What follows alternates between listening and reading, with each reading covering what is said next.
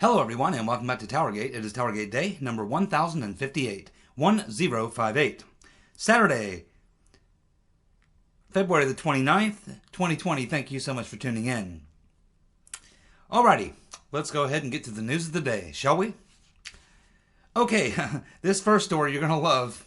I mean, when I read it, I thought, I cannot believe I'm reading this. But I'll go ahead and give it to you anyway. Well, it looks like the Penguin, Jerry Nadler, the Penguin, Jerry Nadler, has announced he's going to hold some new hearings. He's going to call in the 4 prosecutors from the Roger Stone case who resigned.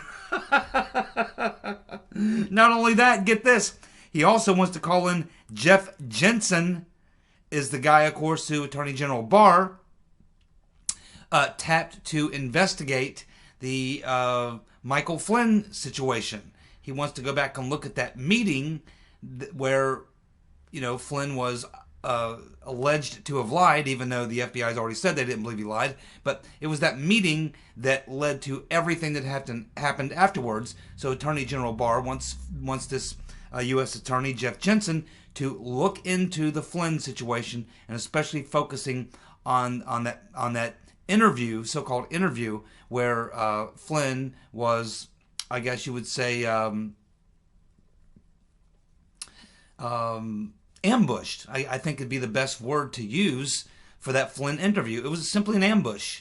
And of course, we even heard Jimmy the Weasel, Comey, describe how that went down. So obviously, and with the situation in the Flynn case, the status it's in right now, there's a lot of questions around it. And so Attorney General Barr asked this U.S. Attorney, Jeff Jensen, to look into it. And so the Penguin wants to bring him in and question him. But it gets even funnier. Not only that, the Penguin wants to bring in John Durham. Now that's hilarious, because I can imagine how that's going to go. I don't think Durham's going to answer a single damn question. And I think he'll probably try not to even have to appear. My guess is Barr will try to block that. Because he's conducting an investigation, and the Department of Justice does not, comment on ongoing investigations. Now, maybe these hearings are behind closed doors. When you look at the individuals he's calling and the nature of what he wants to talk about, these would not be things you would generally talk about in public hearings. Because you have the Roger Stone case and these 4 prosecutors. Well, that's an ongoing case. You have the Jeff Jensen situation. Well, that's an ongoing investigation. You have Durham. That's an ongoing investigation. So I'm not really sure what the Penguin, Nadler, is wanting to accomplish here. Now, if I can't imagine these are closed door hearings, because the only reason that the Penguin would want to have hearings is to put on another show and to try to extract something from one of these hearings that he can point to Trump or Barr or Durham and try to do damage to them. Well, they're not stupid enough to fall into the Penguin's trap. And if you have these public hearings, don't forget, this is the House Judiciary Committee, where you have Louis Gohmert, Jim Jordan, John Ratcliffe, Gates, Debbie Lesko, Andy Biggs, and Mike Johnson. All fairly, I'd say very competent questioners.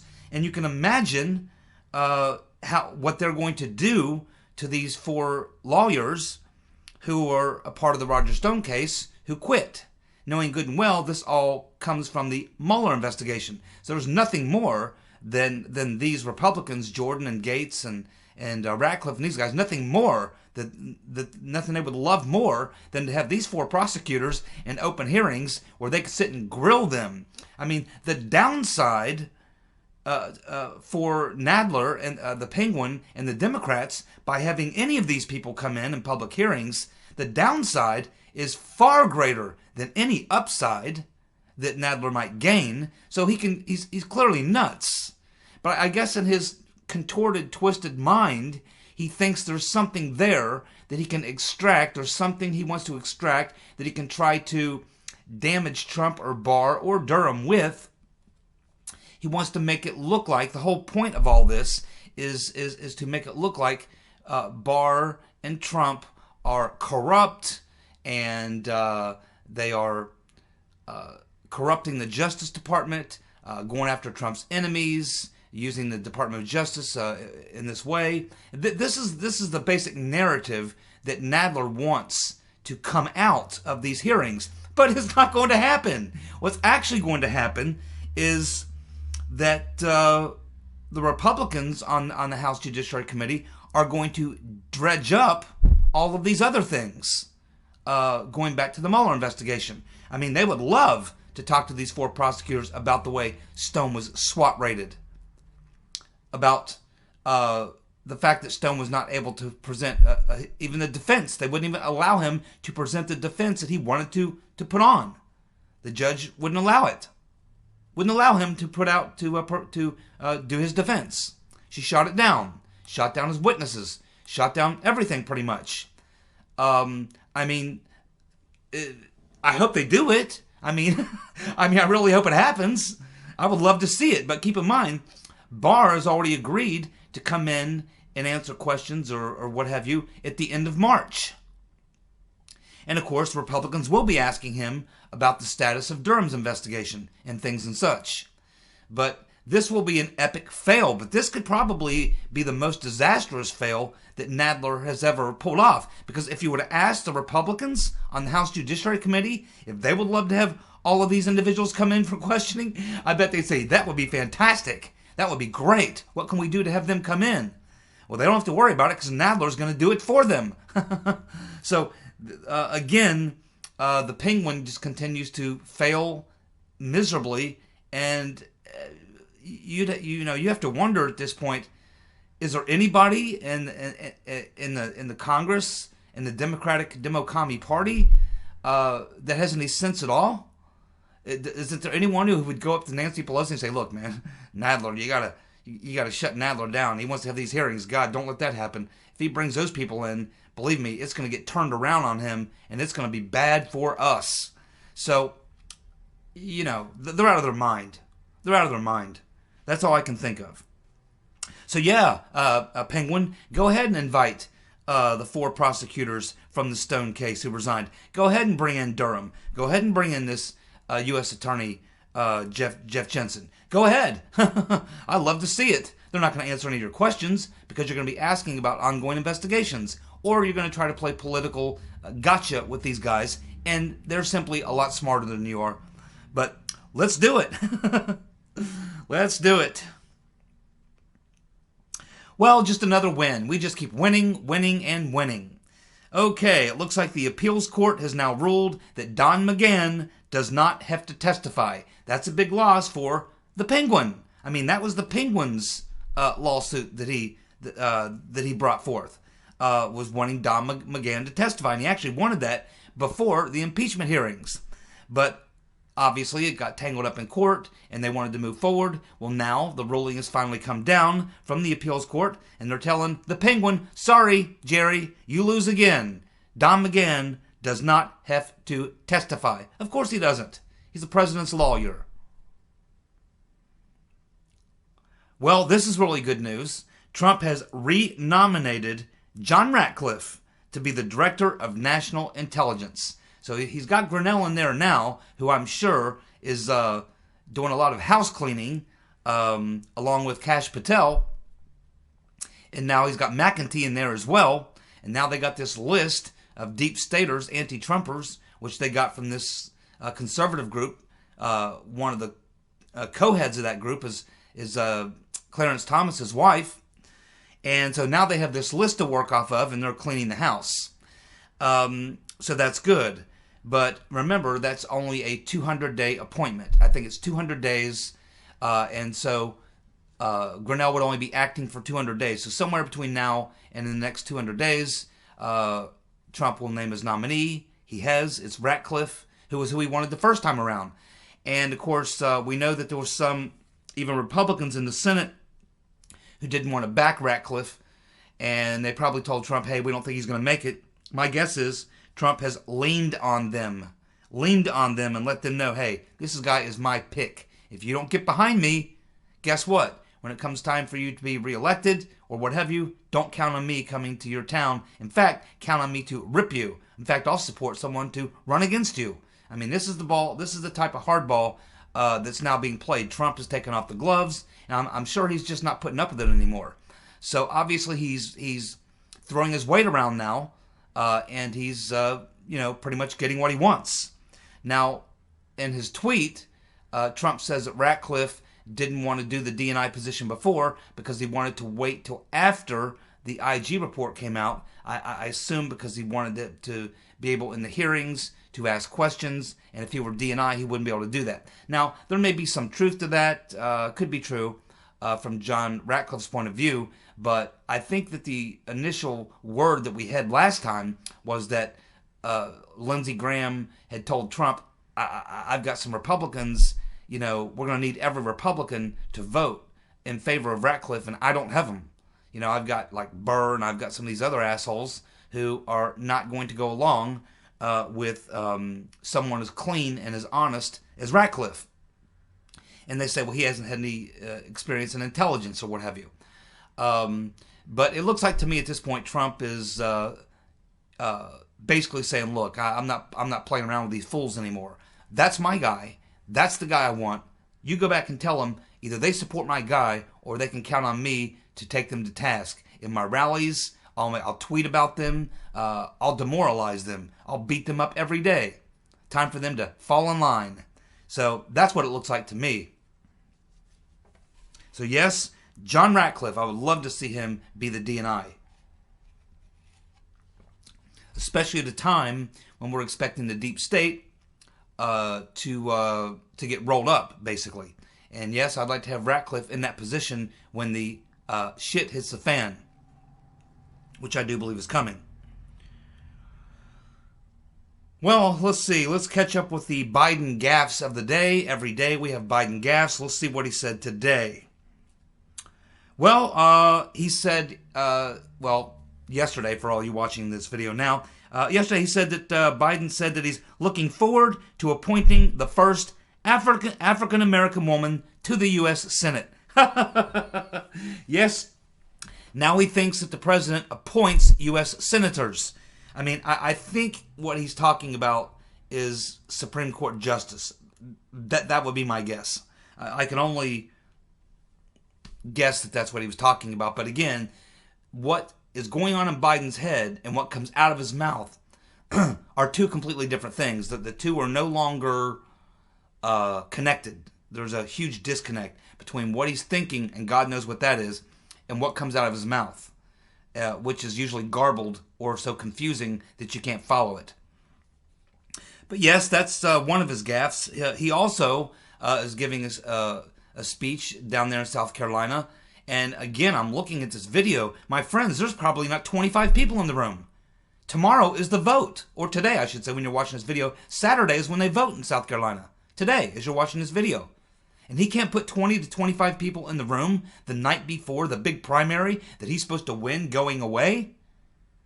And he tells this room full of people, about 20, 25 people, God knows half of them were probably his campaign staff and journalists, tells them that he became a professor in 2017 after he left office. Now, I understand that some university in Pennsylvania gave him some sort of honorary position at this college in Pennsylvania, but he never taught a single class. And can you imagine having a Professor Biden as your teacher? Now, to be honest with you, I actually did have a professor in a marketing class I had. His name was, I probably shouldn't say his name. I don't want to embarrass him. He was actually a pretty nice man, but he was nuts. And he only lasted about 5 or 6 weeks, and so many students went and complained. It's like, man, it's like we got the book, we bought the book, but he don't really teach out of the book. He just kind of like lectures, and you don't have a single clue.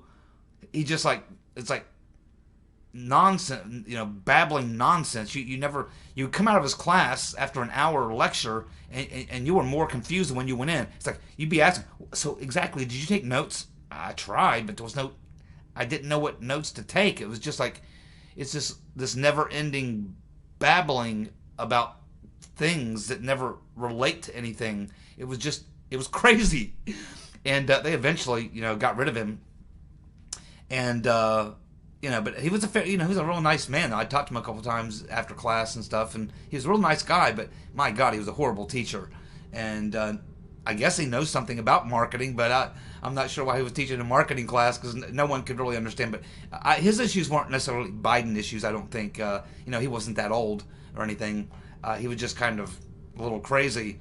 Biden's issues are mental. They have to do with his age. His mind is failing him. But anyway, yes, that's Biden gaffes of the day. There's probably more. That's just the two I picked up on. And like I say, they still have him.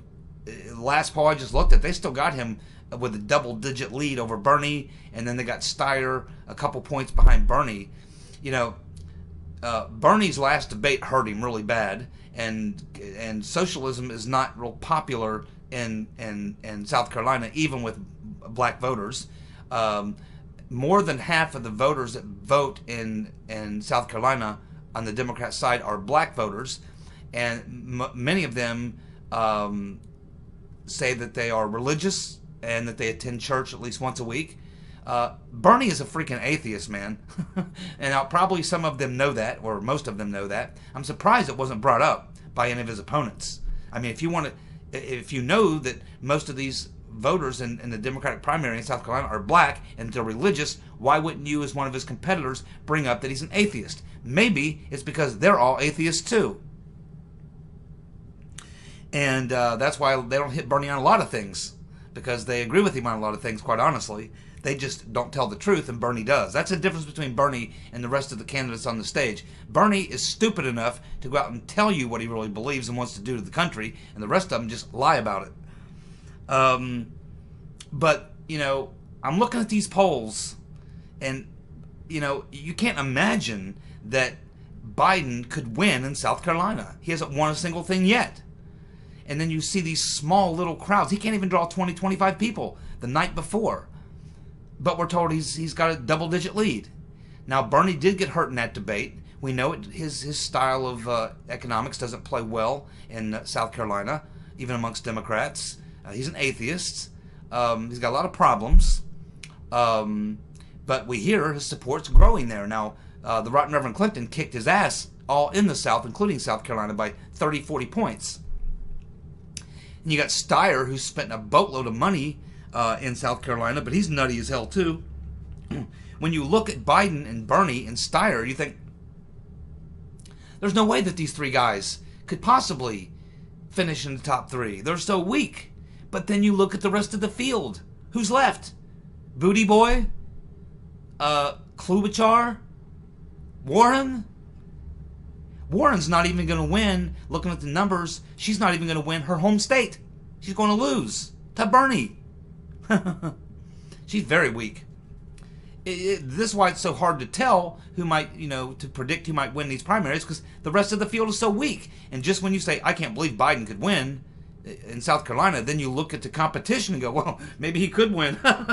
So I guess I don't know. I mean, I'm not an expert pollster or anything like that, but I think Biden probably will win South Carolina, because he's, as hard as it is to say or believe, he probably still is the cream of the crop, for South Carolina voters on the Democrat side.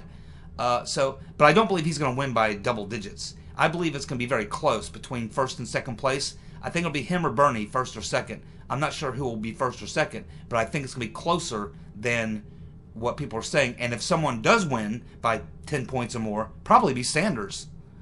And I think Steyer will get third, because Bloomberg's not on the ballot there, and that's the only reason that Biden is going to finish in the top three. If Bloomberg were on the ticket, I don't think Biden would finish in the top three.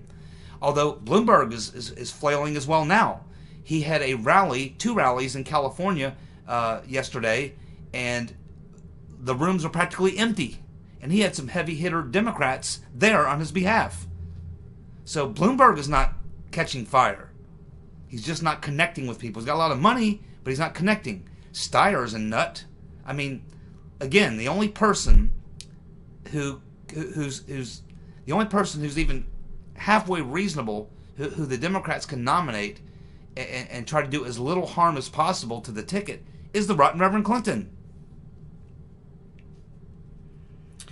All right, let's move on. Well, it looks like the judge in the Hunter Biden paternity case or child support case, the judge has denied Hunter Biden's request to delay his child support deposition until after the primaries for his daddy.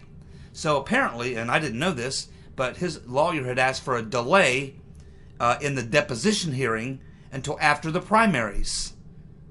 And the judge, of course, has now decided, no, we're not going to, delay the hearings just because your father's involved in a primary. Of course, after tomorrow, he may not be involved in a primary. If he loses South Carolina, he's done, I think. If he doesn't win big by at least 10 points, he's probably done anyway. He'll stay in the race, but he'll just get hammered even more on Super Tuesday, and then he'll be done. So yeah, I mean, it looks like another loss there, and there's a lot of bad things coming down the road for the Bidens. That's just what I see. We have Van Jones, of course, one of the commentators over there on CNN, who says that Biden is done. He said that Biden is broke, he can't raise money, he has no grassroots, there's no enthusiasm for his campaign, and he has no grassroots support.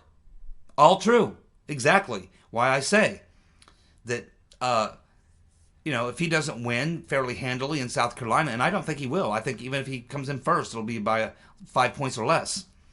And which point he'll hit Super Tuesday, he'll do very poorly, and I don't think, I think that's the end of him.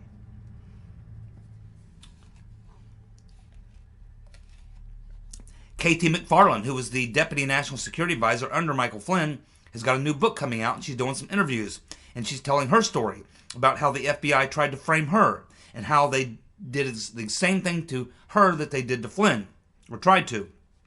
She said, just like they did with Flynn, they said, hey, and Papadopoulos as well. They said, basically, either you lie, say what we want you to say and tell a lie, or we will charge you with making false statements. So they did the same thing to K.T. McFarland, but somehow she was able to wiggle off the hook.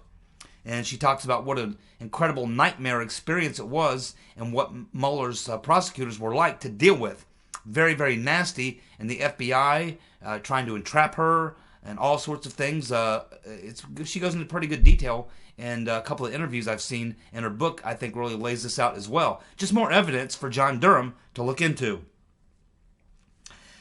Well, what do we have here? We have the Rotten Reverend Clinton. She's about to launch a podcast. Now, why do you think that the Rotten Reverend Clinton is about to launch a podcast? Now, I imagine that the Rotten Reverend Clinton is not going to allow you to have comments on her podcasts. Because if she does, she's about to find out what it's like having a podcast. If she thinks it's going to be a bunch of Hillary lovers, they're going to tune into her podcast and say all sorts of wonderful things about her. She doesn't understand how podcasts work.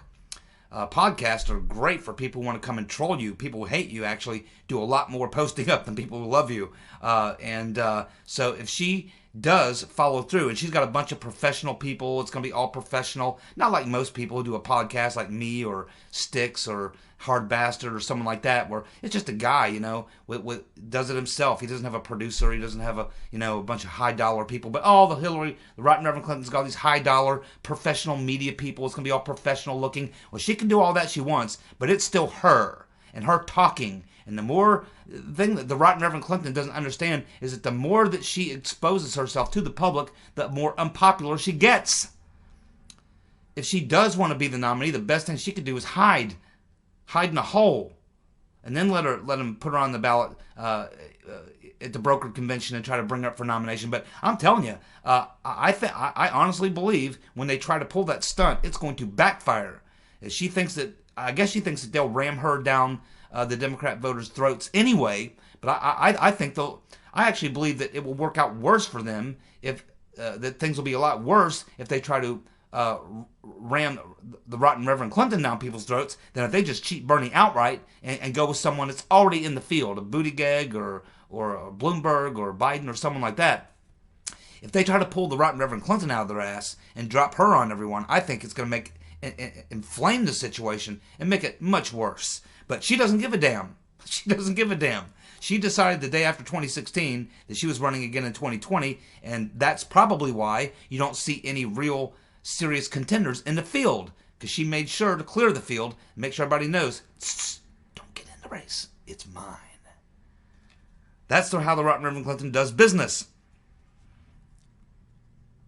So, and this all comes on the launch of our Hulu special, which is, again, just a bunch of propaganda called Hillary. Yes, the Hulu special, Hillary. It's all about Hillary for Hillary. Always about Hillary. And no one likes her. And the more you see of her, the less you like of her. And the less you like her. And she just can't get this through her head. I mean, she can't. She's just nuts. Yeah, now we have Sarah Carter again. And, God bless her heart. I mean, I love Sarah Carter. I think she's a sweetheart. And I think she's a good journalist. I think she means well. But between her and Hannity's TikTok, and all this stuff, yeah. So she's doing an interview, and she says that a grand jury, she's hearing from her sources that a grand jury, that John Durham has impaneled a grand jury, and that they're being very quiet about it. And nobody has any knowledge of it, really, but it's out there. And She did say that there won't be any reports coming out. There will either be indictments or nothing. Yeah, well, that part of it is true. Yeah, John Durham isn't going to do a report. He's a U.S. attorney, a prosecutor. He's not the IG. He's not going to do a report. Prosecutors don't do reports. They investigate and they impanel a grand jury.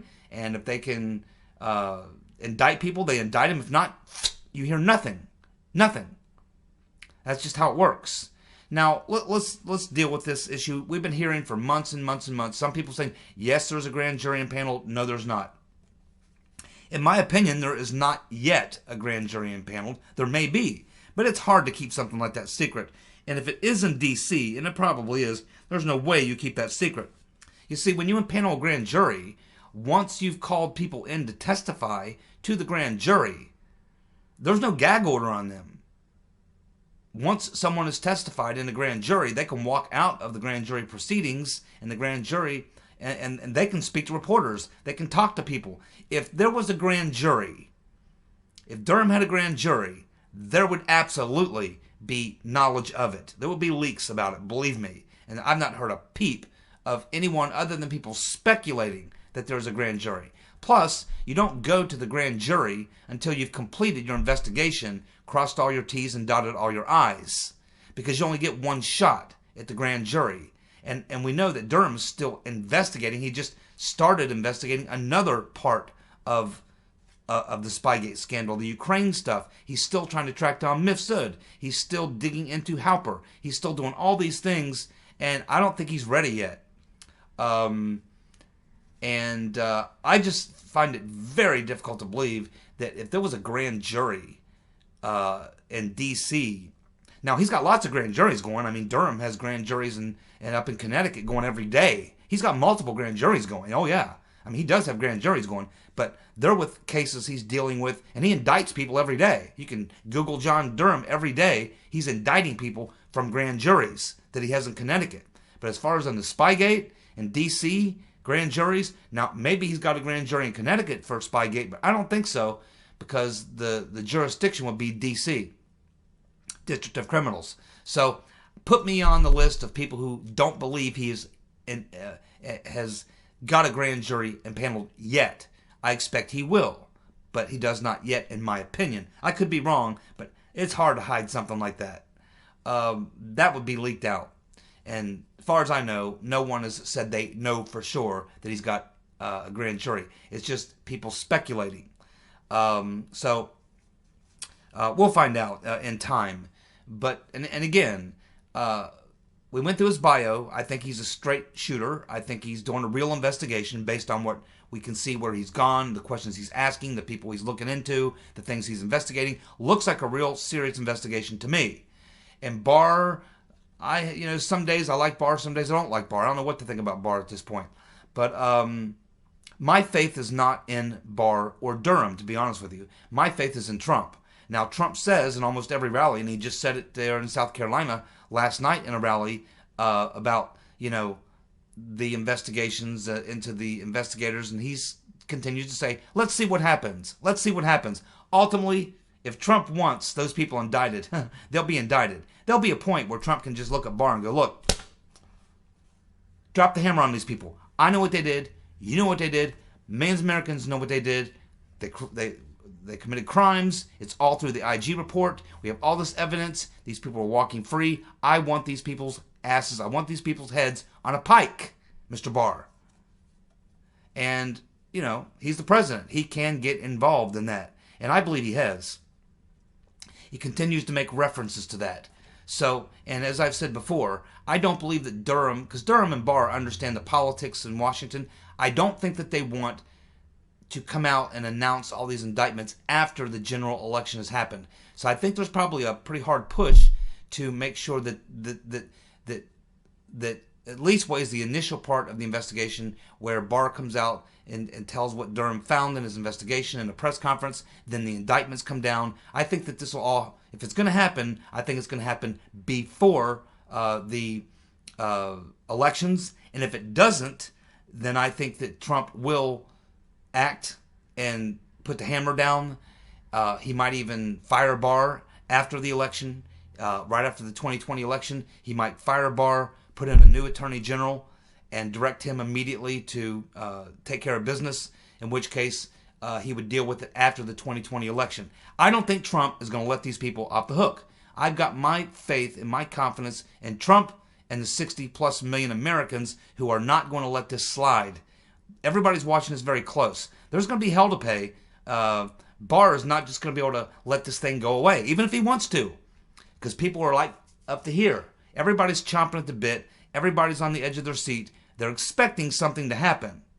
And if something doesn't happen, and Barr has signaled it will be late spring, early summer, if something does not happen in this time period, I think eventually people are going to get restless. You might start seeing protests. You might start seeing people really come out and really start speaking out about it. We know what happened. This has got to be fixed. And it's just like the FISA court. They should not reauthorize the FISA court until people go to jail. And that's what all these congressmen and senators should say to Barr when he says, yeah, well, trust me, I'll take care of the problem. No, you're not going to take care of the problem. It doesn't matter what reforms or what new rules that you put in place at the FISA court. If they know that they can break the rules and nothing happens to them, why would creating more new rules do anything? It won't. If you want to fix the problems at the FISA court, throw some criminals in jail. That's how you reform the FISA court. Finally, this being reported by the BBC, Ukraine has launched criminal proceedings against former U.S. Vice President Joe Biden on allegations he pressured authorities into forcing the resignation of Ukrainian prosecutor Viktor Shokin. It is also being reported by Interfax and confirmed by Shokin's lawyer.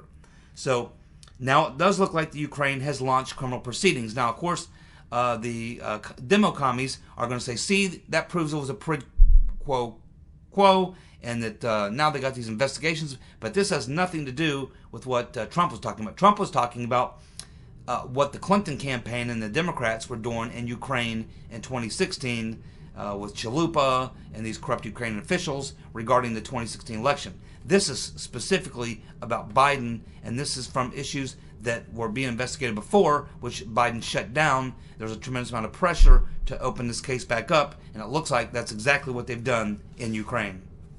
Thank you so much for tuning in. I'll be back tomorrow with more TowerGate. See you guys. Bye.